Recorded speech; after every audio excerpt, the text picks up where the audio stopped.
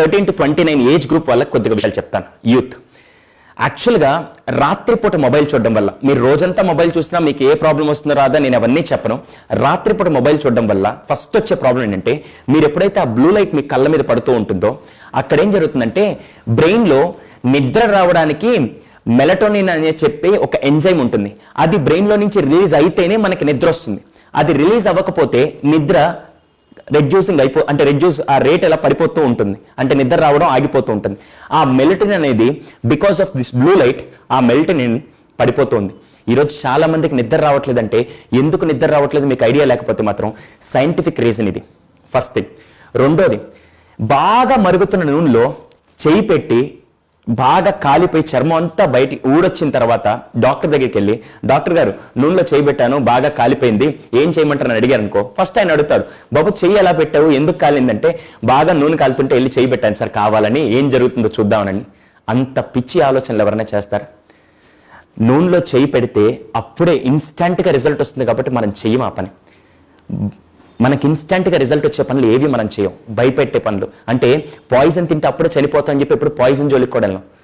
ఈరోజు మీరు మొబైల్ వాడడం కూడా ఒక స్లో పాయిజన్ లాంటిది.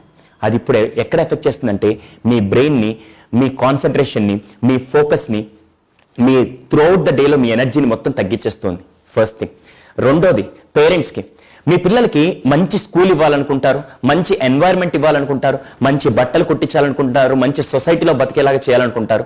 కానీ నాకు అర్థం కాని విషయం, అంత గొప్పగా చూసుకునే మీ పిల్లల యొక్క బ్రెయిన్ని నాశనం చేసే రైట్ మీకు ఎక్కడుందండి? సార్ మేము ఎక్కడ నాశనం చేస్తున్నాం అంటే, సీరియస్గా జరిగేది ఇదేనండి.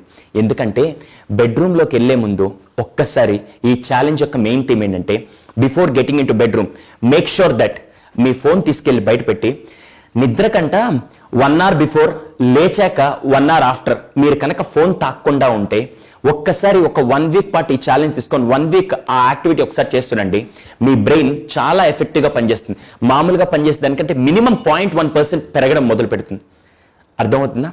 ఈ రోజు నుంచి లాస్ట్ 1 month నుంచి నేను అప్లై చేస్తున్నాను.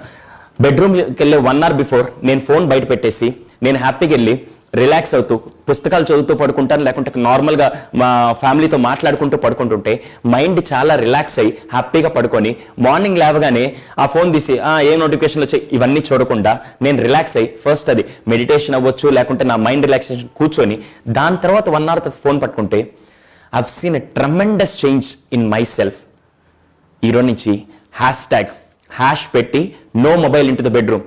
ఎంతమంది ఈ ఛాలెంజ్ తీసుకొని, సార్ నేను మొబైల్ నేను వాడుకుంటాను కానీ నేను దాని స్లేవ్ని కాదని మీ మీద మీకు గట్స్ ఉంటే మాత్రం just try to apply this. సరే, ఇది నేను గట్స్తో ఏదో ఛాలెంజ్ కోసం నేను చెప్పట్లేదు, కానీ రాబోయే తరాల్లో ఈ బ్రెయిన్ చాలా ముఖ్యం. ఎందుకంటే ఈరోజు మీరు చూసే ప్రతి ఇన్వెన్షన్స్ కూడా ఒక మనిషి లైఫ్ దేని మీద డిపెండ్ ఉంటుందంటే ఈ ఆలోచనల మీద. కానీ ఆ మొబైల్ ఈ ఆలోచనలు చంపేస్తుందని అందరూ అంటుంటే, కానీ రాత్రి పడుకునే ముందు ఆ మొబైల్ ఇంకా ఎఫెక్ట్ భయంకరంగా పెంచుతుందని చెప్పి ఈ hash no mobile into the bedroom.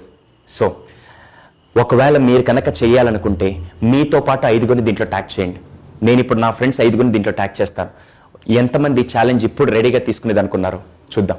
So thank you for watching. Let's see a tremendous change in your life also, because ఆలోచనలే మీ లైఫ్ని డిజైన్ చేస్తుంటాయి. అలాంటి బ్రెయిన్ని ఎంత బాగా పనిచేపిస్తే మీ లైఫ్ అంత బాగుంటుంది. Thank you for watching.